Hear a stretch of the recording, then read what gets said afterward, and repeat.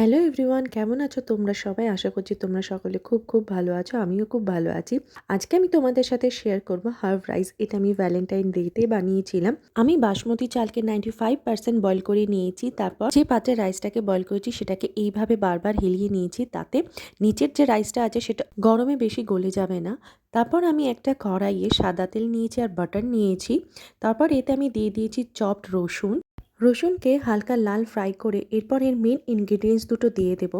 এই দুটো ইনগ্রিডিয়েন্টসই এই হার্ব রাইসকে আরও বেশি ফ্লেভারফুল, আরও বেশি টেস্টি করে তোলে। তো আমি যে দুটো মেন ইনগ্রিডিয়েন্টস দিয়েছি সেটা হলো চপড পার্সলে আর chopped basil. Chopped parsley, chopped basil দেওয়ার পর এইগুলোকে হালকা করে ফ্রাই করে নেব। তারপর এতে দেব স্বাদ অনুসার লবণ আর দিয়েছি চিলি ফ্লেক্স। চিলি ফ্লেক্স দিলে এটা একটু ঝাল হবে আর দেখতেও খুব সুন্দর লাগে। তারপর এতে 95% কুকড রাইস দিয়ে দিয়েছি। তারপর এটাকে ভালো করে মিলিয়ে নিতে হবে। ব্যাস রেডি হয়ে গেল হার্ব রাইস। এটা স্ট্রগনফ চিকেন আর বেক চিকেনের সাথে সার্ভ করতে পারো।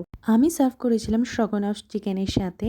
স্ট্রগনফ চিকেনের শর্ট ভিডিও আমার চ্যানেলে আছে, তোমরা চাইলে দেখতে পারো। গরম গরম হার্ব রাইসের সাথে স্ট্রগনফ চিকেন বা বেক চিকেন পুরো জমে যাবে। চলো টাটা, দেখা হচ্ছে অন্য কোনো ভিডিওতে। সকলে খুব ভালো থেকো, সাবধানে থেকো আর সুস্থ থেকো।